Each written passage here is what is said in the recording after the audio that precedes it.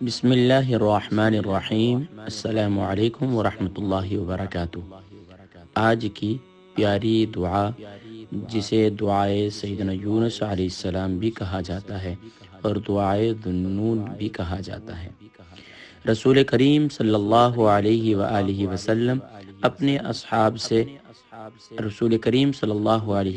نے اپنے اصحاب سے فرمایا، میں تمہیں وہ چیز نہ بتاؤں اگر کسی پر کوئی مصیبت اور آزمائش آ جائے اور وہ اسے پڑھے تو اسے اس سے نجات مل جائے گی، اور وہ یونس علیہ السلام کی دعا ہے۔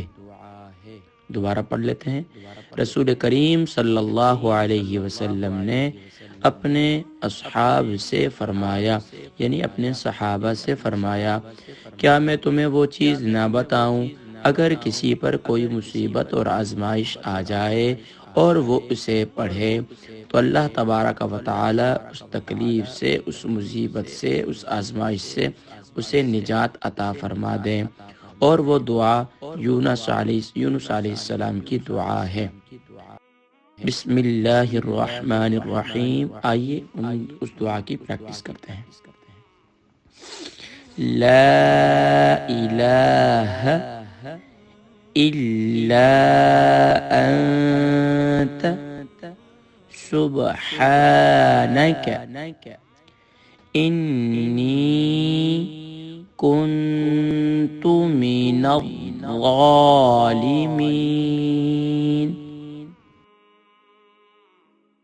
لا الہ الا انت سبحانک انی کنت من الظالمین۔ لام ہے، لام کے بعد الف ہے، الف مدہ ہے، اس سے ایک الف کی مقدار کھینچیں گے، اکثر کھینچتے نہیں، جب کھینچیں گے نہیں تو یہ نفی کا معنی نہیں دے گا۔ اسی طریقے سے الہ میں دیکھیں، لام کے اوپر بھی کھڑی زبر ہے، اور الا میں بھی لام کے بعد الف مدہ ہے، تو یاد رکھیے ہم نے انہیں کھینچنا ہے۔ سبحانک، اب یہاں سبحانک میں ہا ہے، ہم پڑھتے ہیں سبحانک۔ اسی طرح انی، نون مشدد ہے، کمپلیٹ غنہ ہوگا، کنتو، تا شارٹ ساؤنڈ ہو گئی، اور من الظالمین، غا میں غا فل میں آؤٹ ہوگا۔ تو یاد رکھیے، باقی اس کی ادائیگی پر توجہ دیجیے۔ اور اس کے علاوہ یہ دعا ماشاءاللہ قرآن کریم کی بھی دعا ہے، اور صحیح سنن ترمذی کے اندر بھی موجود ہے، اور اس کے علاوہ مستدرک حاکم کے اندر بھی موجود ہے۔ اللہ تبارک و تعالی ہم سب کو پیارے کریم آقا علیہ الصلوۃ والسلام کی تعلیم کردہ ان دعاؤں کو اپنا معمول بنانے کی توفیق نصیب فرمائے۔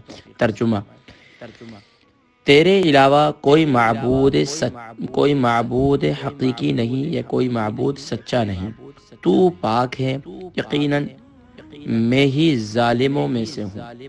لا الہ، تیرے سوا، یعنی یا رب العالمین، تیرے سوا کوئی معبود حقیقی یا معبود سچا نہیں، تو پاک ہے۔ سبحانک، انی، یقیناً، کنت من الظالمین، میں ظالموں میں سے ہوں۔ اللہ کریم اس دعا کو خود بھی یاد کرنے کی اور دوسروں کو بھی یاد کروانے کی اور دوسروں تک پہنچانے کی ہم سب کو توفیق نصیب فرمائے۔